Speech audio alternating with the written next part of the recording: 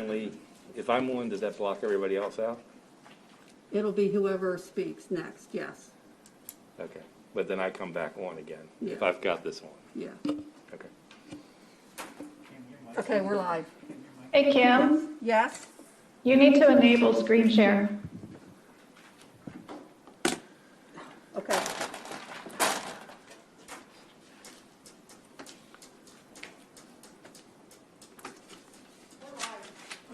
I got you. All right, so what you're doing isn't affecting that, Kim? No. Okay, good afternoon, everybody. This is a Tuesday, February 9th voting session. We're going to just go down through the list. A couple of them we're just going to probably have a discussion on. But we'll try to get through it all pretty much. First up, Senate Bill 19, Economic Development Biotech Investment Incentives. Matt? Oh, sorry. It's me, actually. Oh, very good. Hi. So I just put this bill up on your screens. You all should see a reprint. You also have a hard copy on your desk. This is a departmental bill from the Department of Commerce that does several things to the Biotech Investment Incentive Tax Credit Program. It's a short bill, but the details of the changes are doing things more significant than perhaps they may look at first glance. So first we want to start here on page 2 of the bill. What this bill generally is doing is it's going to be limiting the total amount of credits that can be invested in any one company. It also lowers the amount of the credit available per investment. So that's generally what's going on here. In terms of the more specifics, there had to be a technical amendment here. This is in the definition of a qualified company. And what this would do is it limits so that no one company can receive more than $7 million in, that the investors in that particular company couldn't receive more than $7 million. So that limits the total amount of money over the life of the program that any single company can receive from a qualified investor. The next thing it does here is these brackets on lines 15 and 22. This removes the provision that would have allowed investments in companies that have been in existence for up to 15 years. And so therefore now we would default back to the original language for 12 years. It does, however, maintain that a company would need to be in existence within 2 months of receipt of the investment. That was a provision that was added 5 or 6 years ago or so. The department here is also adding a stated purpose of the credit. This is kind of a general good practice, and it was recognized as one of the, when DLS did the biotech evaluation of this for the Tax Credit Evaluation Committee, this was one of the things that was cited as something to improve the credit, and you can see the department here has done that. In terms of the valuation of the credit, here it is reducing the value of the credit from 50% of the investment to 33% of the investment. And then for these particular 4 counties, it's reducing it from 75% to 50%. Additionally, it's doing right now under current law, no more than 15% of the total appropriations for the program can be spent on a single company. This further reduces that to 10%. And that is it with the bill and the amendment.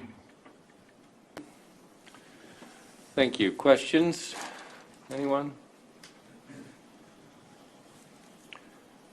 So it's obviously they've had this program going for a while. They've got these changes. They think it'll make it run better. It'll accommodate more people. Yes? Correct. Okay. Is there a motion?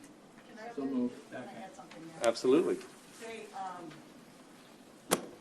They really wanted more people to be able to get in on this, and I've worked with them for several years. That we've met in the summer and that kind of thing, trying to find a way to make this thing work for more people. So I really think it's well thought out and worth supporting. Great. Is there a motion?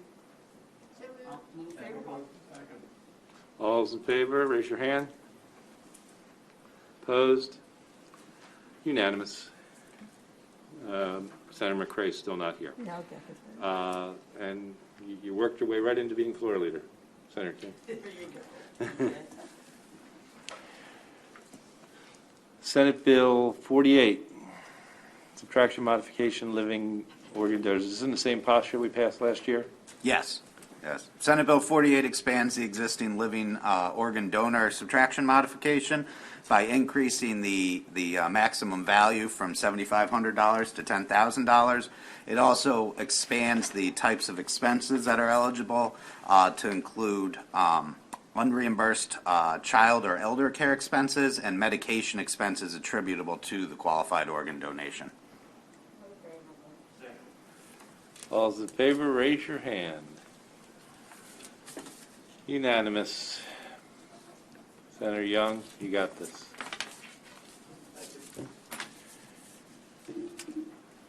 Senate Bill 146, Department of Juvenile Services Deputy Secretary, is added Deputy Secretary, right? Yep. Does it cost anything? No, there's currently somebody in that position that's That's just going to become a deputy secretary. All those in favor, raise your hand.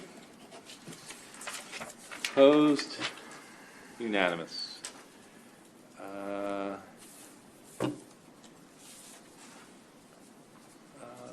Senator Stallings, you got that one.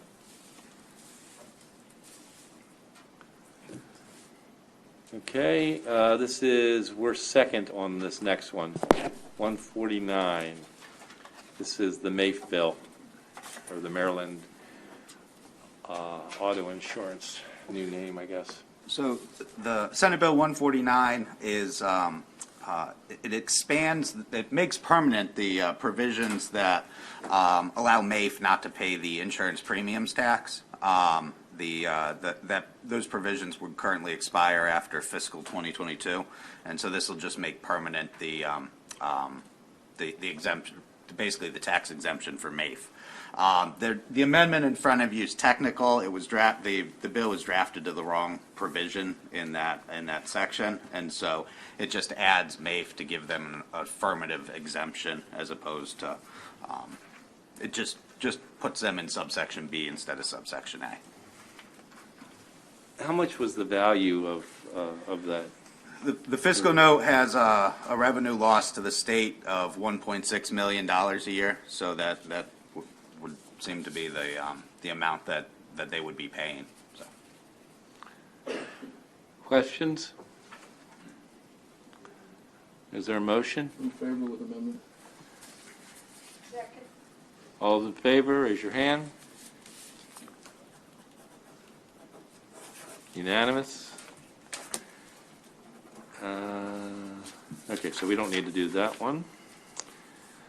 No floor leader on that.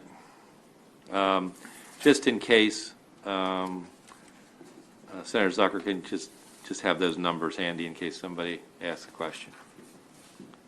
Matt, can you make sure I have those numbers handy, just in case anyone has questions? I will do that, Senator. Okay, I'm going to skip the next one because we're going to have more discussion on that. Sales and use tax vendor collection credit, Senate Bill 257. Other than the sponsor problem, So Matt? Senate Bill 257 authorizes a qualified job training organization to claim a sales tax vendor credit for the amount of sales tax that they would otherwise have to remit to the comptroller. The vendor is limited to $250,000 a year in credits in any calendar year. everybody remember this bill? Understand what was going on? If it's unanimous, okay, okay. This is really about, at the end of the day, getting that program so that they can have a adult high school, essentially, because that's what their fundamental basis is. They have these shops to generate money to do job training and promotion and development. This sounds like you, Senator Roosevelt. It does. All those We got, all's in favor? Aye. Everybody? Unanimous. Okay, Senator Roosevelt, I'm on it. you got it. Okay, Senator Simon there, this is the Anne Arundel County thing. As I understand it, this might be an issue with a larger bill. Is that right?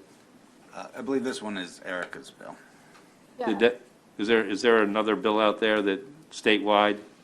Yeah, exactly. It was just introduced and read across the desk this morning. It's identical, so if the committee wants to hold off and hear that bill before voting on this one. Why don't we do that? Okay.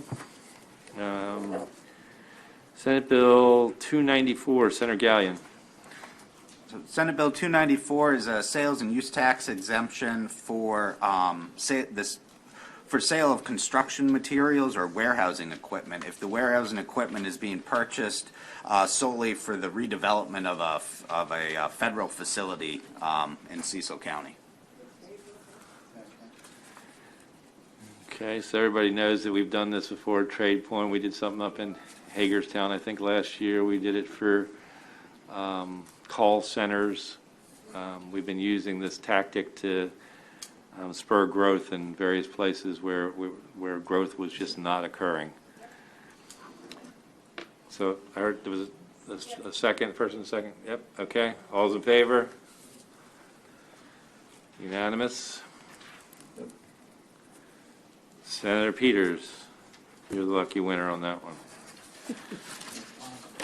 So we don't have a local letter from Cecil County on this. We can wait to get a local letter. It's also a state revenue source, so Yeah. it just happens that it's only in Cecil County. Yeah, It's up to you. I don't think that's necessary. Okay.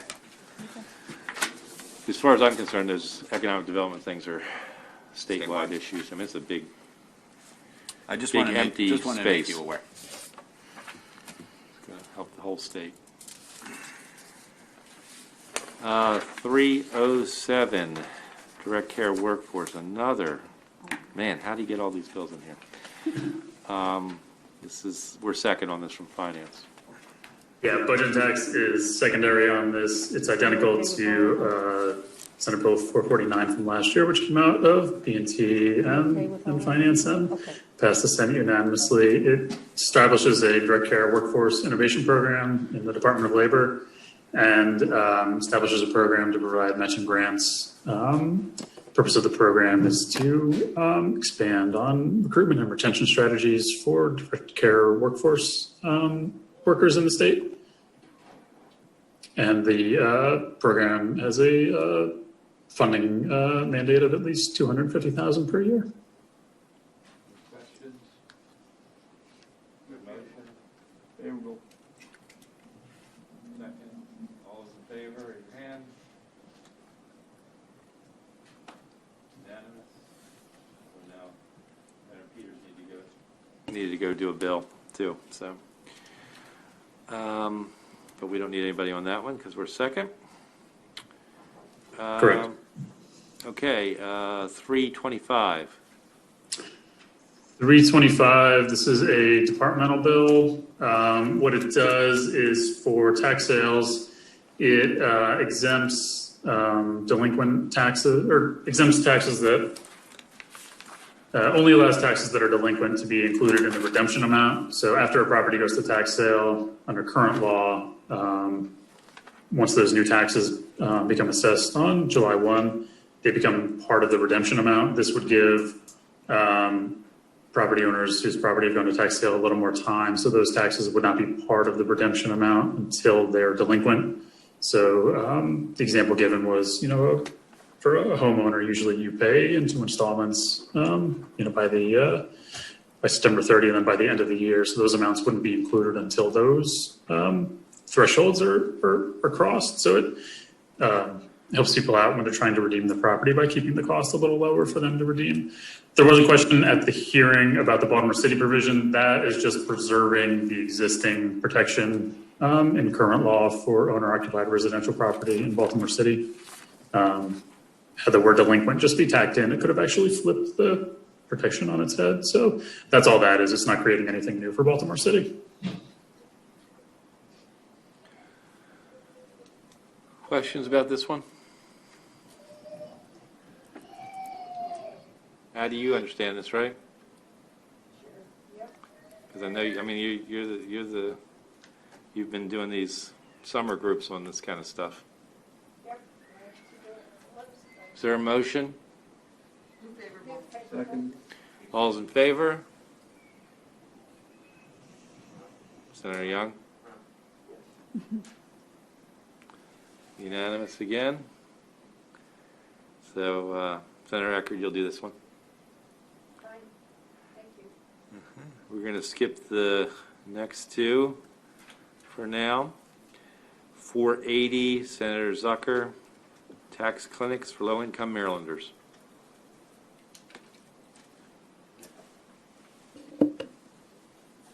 Sorry. Oh, stop. There we go. Senate Bill 480 would establish a special fund to provide supplemental grants to the University of Maryland School of Law, the University of Baltimore School of Law, and the Maryland Volunteer Lawyer Service to operate tax clinics for low-income state residents. Each year, the fund would receive $250,000 from the income tax revenue to then be distributed to those three organizations. Senator Zucker submitted an amendment to the bill to just make the distributions a third, a third, a third. They had come in a little bit different than equal. I think the law schools were getting more. So that's all the amendment does. For Senator Zucker? I'm curious why it applied to those three. I mean, there are other folks who do the same kind of work. I mean, these are the coalition of folks that are currently doing it. The cash campaign came in support of it. No other groups have approached us. Is there Well, anyone? the cash campaign itself does this. What's that? The cash campaign itself, I thought, does this. Right. No, they came in totally supportive of this, and these were the folks that require funding, and we wanted to just honor their request. Okay, thank you. Thank you, Mr. Chairman.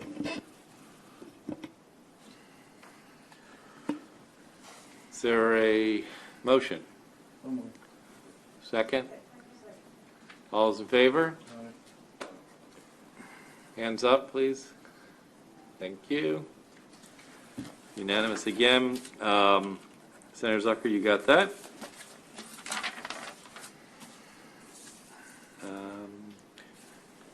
510, Senator Simonaire, back to school shopping. So Senate Bill 510 exempts from the state sales and use tax the sale of sewing items that are under $100 purchased during the annual sales and use tax free period. And so it would include sewing items during that 7-day period for back to school shopping. Okay. This is de minimis cost. All's in favor? Aye. Senator McCray, are you interested in, this is the back-to-school sale of sewing items. Okay, that's unanimous also. Senator McCray has joined us now.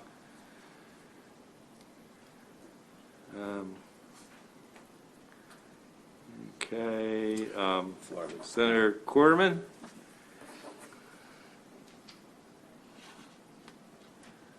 All right, next up is, wineries. 534. Senate Bill 534 is a sunset extension to the wineries and vineyards tax credit. This one would extend the termination date to June 30th, 2026. All those in favor, raise your hands. Unanimous again. Senator Salling. And then 539.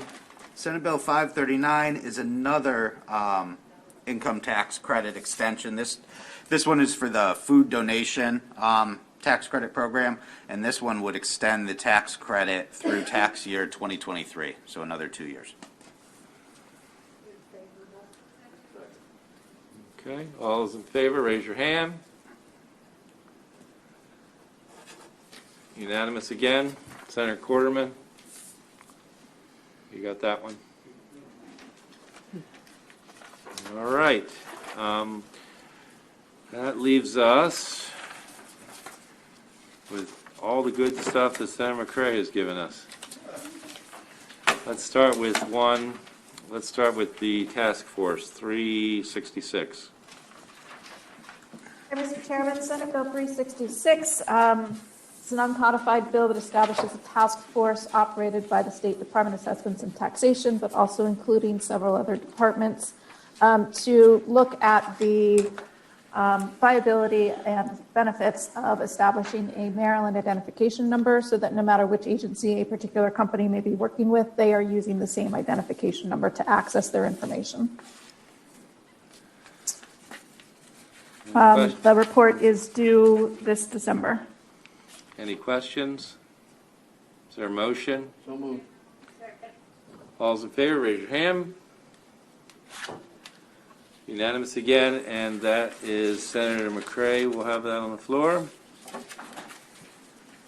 Okay. That's his bill for the year.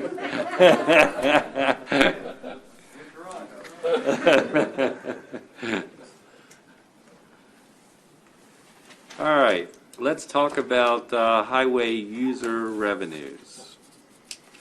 So Senate Bill 362 would extend the highway user revenue grant formula, which currently under the current law, it would revert back to the pre-fiscal 20 formula, which was 7.7% to Baltimore City, 1.5% to the counties, and 0.4% to the municipalities. Under the bill, moving forward after 2025, it would put in place what the current distribution is. And the current distribution formula is 8.8% to Baltimore City, 3.2% to the counties, and 2.6% to the municipalities.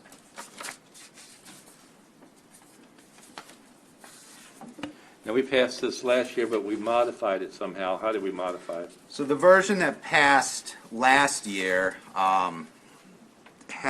had different percentages in place. There was it was 8.3% to Baltimore City, 3.2% to the counties, and 2% to the municipalities. So the municipalities in Baltimore City took a little bit less, or no, just the municipalities took a little bit less last year. Can you help us remember the discussion on that, if anybody does? I think Senator McCray, I think, has the information. Mr. Chair, last year, we removed the sunset from it to make sure that we could keep, and that's what we did last year. But this bill takes away the sunset, so do what we did, but it also gives that bump that Matt just talked about. So all we did last year was remove the sunset. But it didn't get to the house, like the house didn't move on it, so we couldn't get there over there in time. But all we didn't give them a bump last year. All we did was do the sunset last year, remove the sunset. What's the cost of the bump?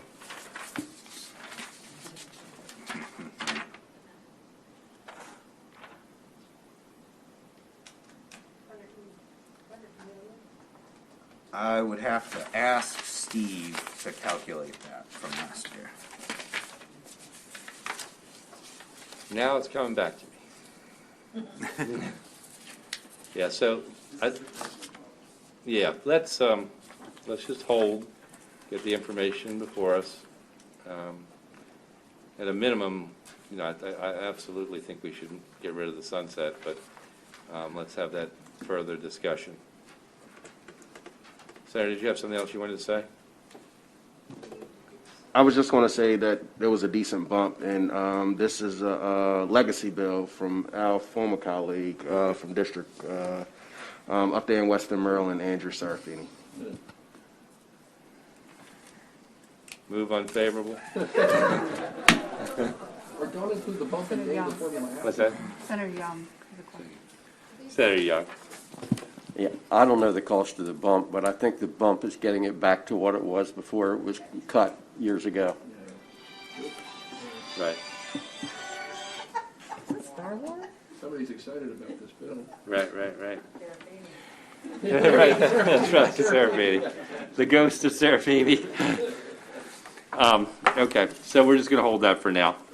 Try to get the information for our next discussion. Okay, then Senator McCray and Zucker 199. Let's talk about that a little bit. So Senate Bill 199 extends the Maryland Metro Transit Funding Act that required certain amounts to be paid from the trust fund to the Maryland Transit Administration, but it also makes some tweaks to that funding. The first tweak would be setting basically a floor for MTA's operating expenses. They would have to receive at least what they received in fiscal 2022 moving forward. And then the second big change is capital funding for the state of good repair needs. It defines state of good repair and then says that in fiscal 2023 through fiscal 2028, a set amount has to be spent on capital projects for MTA. Excuse me, let me shut this off. And that those numbers can be seen on page 2 of the fiscal note. It ranges from $361 million in 2023 through $531 million in fiscal 2028. And so that would require there would be capital money coming from the TTF going to MTA to do capital projects. Help me out a little bit on this, either sponsors or staff. We obviously did a lot for WMATA and ensuring its long-term success a couple years ago. And just on the surface, this feels like that's what we're doing for MTA. First off, would you say that's generally accurate? And is there anything fundamentally different between the way we are treating one system as opposed to the other system? Senator McCray? Mr. Chair, I think that you're absolutely correct in reference to that's exactly what it is from a WMATA standpoint. But I think that this isn't the first time where we've saw something as a now priority. I think that during the hearing, tried to elevate the point of it being $2 billion worth of capital investment necessary for our system to be functional. Talked about the lack of investment that was going into the MTA and the significant breakdowns that were happening over the years, and tried to give a visual from the PowerPoint presentation. But this was somewhat addressed in the CTP in reference to our secretary recognizing that this being an issue, and you saw that I want to say 2023, 2024, and 2025 where the bumps actually occurred. So it wasn't what the draft CTP looked like, but the final CTP came out looking a lot much better. But we have to make sure that we respect, such as we do with our highway user revenues, such as you named with WMATA. Even the Chesapeake Bay is locked and loaded in our Transportation Trust Fund. The same thing from an MTA standpoint is what we ask, Mr. Chair.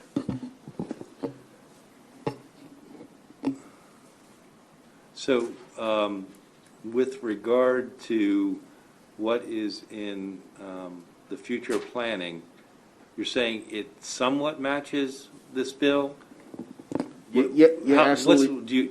Do we know what the difference is? Yep. So we can pull it up, but you're right. The front end is actually more in the CTP now, because when we drafted this bill, the final CTP was not there. So the front end, I want to say the first 2 years, that's actually more in the CTP than what we actually have in the bill. Then in the third year is where we have more in our bill than we do in the final CTP. So the outer years, yes, we do have more in our bill, but the CTP actually beat us the final CTP, not the draft CTP, actually beat us in reference to the capital investment that the Secretary is committed to at this moment. In the first 2 years. Yep. So what, And when I say first 2 years, just so that my colleagues know, I'm not talking about fiscal year 2022. I'm talking about 2023 as the first year. and what's the magnitude difference between the out years?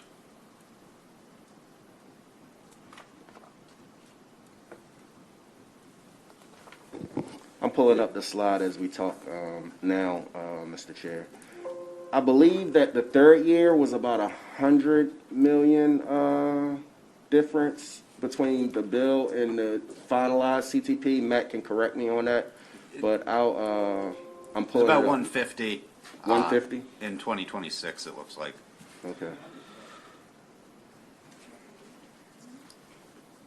Do you know what the last two outside of the 150 in It the would third be, year? 2026 would be 150, 2027 would be 189, 2028 is 154. Got it. And so those would be the impacted years, it looks like. And obviously, this is all within the existing funding stream in the Transportation Trust Fund. Yes? Correct. Senator Edwards? Thanks, Mr. Chairman. I appreciate what my colleague from Baltimore City is doing with this bill. But, you know, we went through this with WMATA when we increased funding for WMATA and taking funds out of Transportation Trust Fund. And this year, I think, with all the income from the feds, et cetera, we've even put more into that system than we did through legislation in the past. What this would do would take away some flexibility from the department, and as the sponsor of the bill said, the first 2 years anyway, maybe 3 in a CTP, it's already projected to be funded to I think those particular numbers. But the thing is, and it locks in, can't be less than 2022, and if we get hit again with a financial reduction in finances in the CTP, it can't go below that number. But so where do they got to make it up out of the Transportation Trust Fund. So who's that going to hit? I mean, I've been here long enough. I've seen some of these things, or some parts of this state, or particularly, and I'm going to speak up for the rural parts of the state at this point, are looking for funding to do some modern roads, like 4-lane interstate highways or 4-lane highways, to make them a lot safer, make access better, and make infrastructure better in the parts of the state that don't have some of that. So I understand what he's doing. We do need safe mass transit systems, but I think it takes away the flexibility. I think the secretary and the governor worked with the people in the metropolitan Washington area, if my memory is correct, this year to put some more money into that system from some of the flow down from the feds. And I'm sure that you have an understanding, governor, in the future, and secretary, that if the need there to bump this up after what they've already projected in the CTP for the first 2 or 3 years, so be it, and hopefully the revenues increase. But my concern is it takes away flexibility from the department, and it's guaranteeing that they're going to get so much money per year up until 2028. I'm not sure what then goes after that. I guess we'd get another bill to make it go further, or just take off that particular sunset. So they still have to come up with the money to fund this.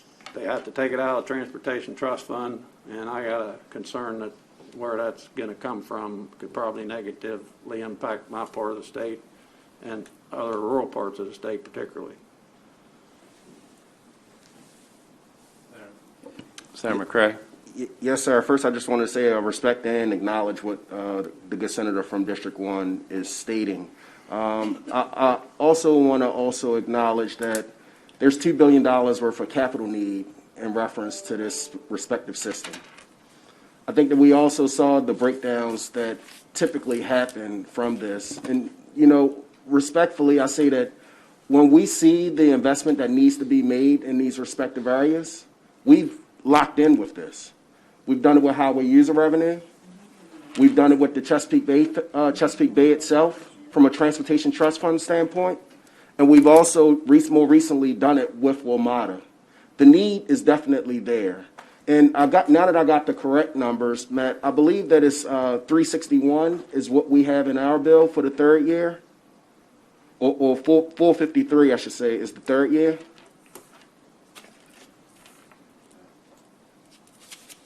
And I think that the final CTP came in at 361 and 445. It looked like it was around that 100 million. I wanted to make sure that your numbers were there. So ours was 361, theirs was 445 for 2023. 2024, 414, 553. They were higher than us. And then with 2025, 453 and 478. Is that correct? Am I incorrect when I'm saying it? I'm looking at Exhibit 1 in the fiscal note, which has 2023 planned capital spending 315.3, required spending under their bill 361.9. For fiscal year 2024, it's 504 is planned capital spending, and required under the bill is 414 million. For fiscal 25, planned capital spending is 492. Required spending under their bill is 453. Because they would have spent an additional 89 in the fiscal 24, you'd carry forward that additional for 2025. For 2026, planned capital is 377. Required spending under the bill is 566. There would be a redirection there in 2026 of 150 that wouldn't be planned. For 2027, planned capital is 377. Required under the bill is 566. That would be a redirection of 189. For fiscal year 2028, planned capital is 377. Required under the bill is 531. That'd be a redirected amount of 154. And so I acknowledge that he talked about a new governor. The good senator talked about a new governor. And maybe the outer years it may be somewhat of a reach. But I think that in these immediate years, while we're sitting here at this moment, there's definitely a need and there's definitely a desire, Mr. Chair, to kind of make sure that our state's commitment in reference to our infrastructure is happening, because we know that there's the great need of $2 billion. There's no doubt, Senator. Yes, sir. There is absolutely a great need. Senator Zucker. Thank you very much. I think this would be for my co-sponsor and sponsor of the bill, but this is a state commitment to a state problem too, isn't it? I mean, this is not just for one jurisdiction. My understanding is this is a statewide infrastructure rehabilitation bill, that piece of legislation that would help the Brunswick line, western, parts of western Maryland. Isn't that the case too? I think that the senator from Montgomery County is absolutely right that this touches multiple districts. In some capacity, some could say that it touches all districts from a lot standpoint, which the MTA funds out of that piece of it. So you're absolutely right. It's just not one region, but it does touches all facets of our respective Maryland. Senator Young. This is a little bit extraneous, maybe, but it relates. We were talking, I'm hearing years 2027, years 2028. One, something we've kicked the bucket down the road for years. We've got to start addressing is that is creating a separate stream for transit and a separate stream for roads. And secondly, a number of the automobile manufacturers have already announced that within 6 years, they're not going to make gas-powered cars anymore. It's going to be electric. So not only are we guaranteeing some funds for infrastructure, the money's going to go away as more people start using it. So we also have got to stop kicking another bucket down the road and look at how we're going to tax in the future in terms of mileage or whatever, because the gas tax might not in 6-7 years even fund that, let alone any roads, if we start seeing all gas cars on there. So it doesn't address this. I know that need. I also know the need for the roads. And if we don't start talking about a long-range solution, we're going to be in real bad shape. I don't think that's extraneous at all, Senator. I think that's actually right to the point. We've got to figure out a way to generate some more revenue, no question about it. And there's going to be some tough choices. And matter of fact, I'm hoping, I mean, obviously this is a very interesting year on so many levels. We look like we may be coming to a close on the COVID relief bill. But one of the major challenges that I hope to take up in the next several weeks is transportation funding, because it is a very big deal, as you point out, with a declining revenue source and all of the need that is out there. So I think it's very much on point. Senator Edwards? Thank you, Mr. Chairman. Sponsor bill is correct. It would include local transit, which is what it's called, which is mainly for buses, light buses, et cetera, in the rural parts of the state. Also concur with the senator from Frederick, and I think I've mentioned this to you before. There are several ways you can tax certain things to generate revenue for roads. And you can't go back and change things, but, you know, it would have been nice when we started mass transit, although I understand WMATA, you're tied in with D.C. and Virginia, that it couldn't have all been under one roof. So we wouldn't be, well, they got this, we should get this, et cetera, et cetera. Again, I understand the sponsor of the bill, don't have really any problem with making sure it's all safe.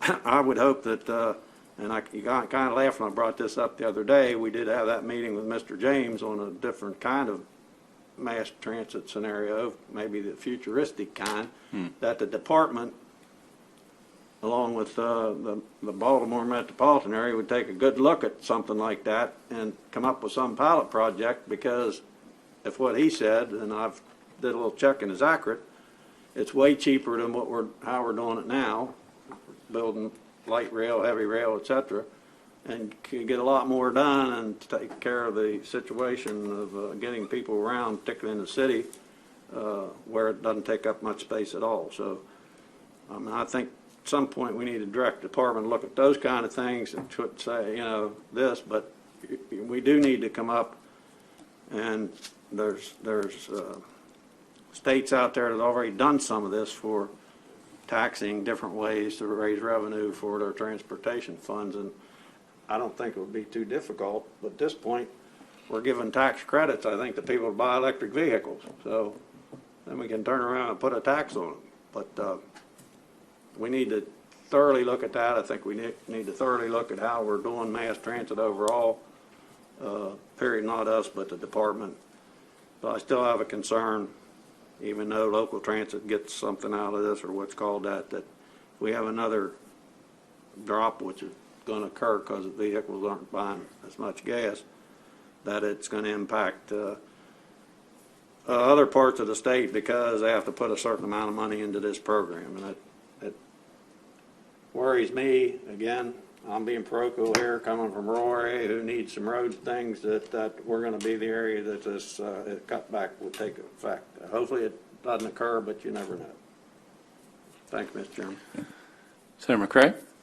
Anita exhibit was throwing me off. This was the draft is CTP, not the final CTP is what we're looking at. So that's where I was getting that less than 100 million from that standpoint. So I just quickly went over to the real CTP. So these numbers are incorrect, because it probably came out, they probably did the analyst report before the finalized CTP was there.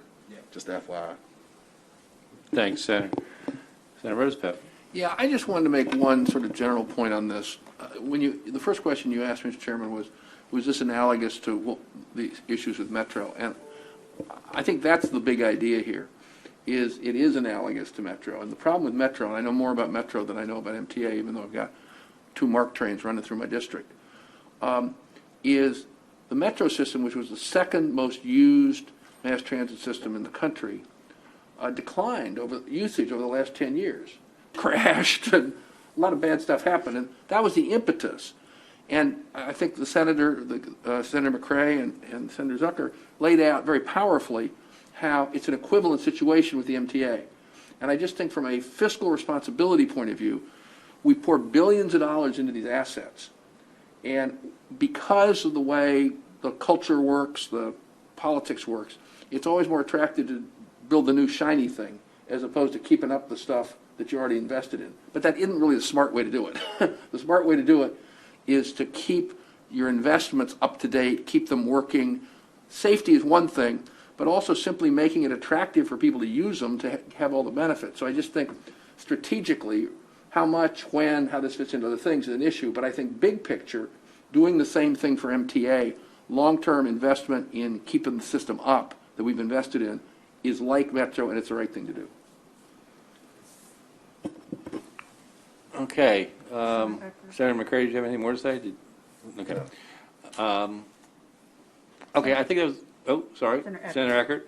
Thank you. Thank you very much. I almost wish there were a way we could lock this baby in because for the first couple of years because, and take care of that and then figure out what we do from then on because it will take, I mean, the department's already put the funding in there projectively for the next 3 years, then they've allowed for a lot of the other system preservation activities as well. I think the concern seems to be more in those out years. So it's how do we deal with that? And then how do you allow for some flexibility when we continue to see a decline in the motor fuel tax? So I think it's a real dilemma. I think I would like to support everybody in the state, but I'm real concerned about all of the system preservation initiatives in the rural area that have been woefully put on hold, and the weather doesn't help us. There were a way we could craft some kind of a amendment to do it twofer. That, to me, would be the best way to solve it. Thank you, Senator. You know, I think it goes back to the point that Senator Young started us on, and I so wholeheartedly agree about, and I think we're all sort of running around the edges of this. I think what we need to really think about, from my perspective, is think of what we really need to provide for the citizens of the state, which means that we've got to step up. We've got to step up and figure out how we're going to pay for it. And I think we should less be thinking about what we can't do because we expect things to be a problem, and start thinking about ways that we can solve the problem that we see ahead of us so that we can provide what the citizens of the state deserve. And that's sort of the fundamentals of where my head is. I'm not looking at this anymore like we've got an imminent problem. We do, but I see it as our responsibility to figure it out. So I think it's been a good discussion, and I think we'll hold this for now. But this is a big deal, and these are the things that need to get done, and this is our responsibility. So I'm going to move on. We have one more bill, and this is Senate Bill 160 from the administration about cybersecurity. Thank you, Mr. Chairman. Again, this is a departmental bill from the Department of Commerce. Despite the title of it referring to cybersecurity, what the bill is doing is actually broadening cybersecurity and changing its name to technology, to innovation investment incentive tax credit program. And this is structured just like the biotech, where investors get a credit for investing in newer companies identified in the law. Here, this would expand a qualified company to include technology companies, and it would assign the Department of Labor, Commerce, as well as the Economic Development Commission to, on an annual basis, identify which sectors those companies would need to be in order to be eligible under this program. It extends participation in the credit program from 1 year to 3 years, and initially this cybersecurity program was going to expire, and this extends the sunset for 2 years, running through June 30th of 2025. It maintains current law, which is a $2 million mandated appropriation. So that $2 million cost would extend for 2 more years under the sunset extension. And Mr. Chairman, that's the bill.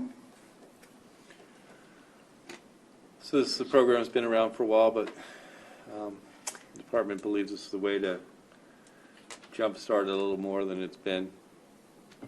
Yeah, and the department also testified to that instead of continuing with establishing separate credit programs for little niches of industries, if they holistically do one for technology and innovation, have one program for multiple industries, but targeted to the same purpose.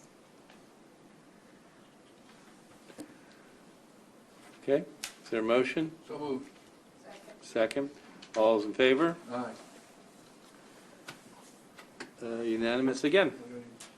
Senator Young, you like this bill? Well, you're the floor leader. That's the beauty of it. Everybody's raising their hand. I can pick anybody. Okay, good job today, everyone. Likely, these bills will be on the floor tomorrow. I don't know if it's going to get handled, if they'll actually, we'll have the time for it all, but they will be on. Full day already. Yep, but these are going on the floor tomorrow. So be ready for the bills that you have. All right? Thank you all very much. Have a great evening. We'll see you tomorrow.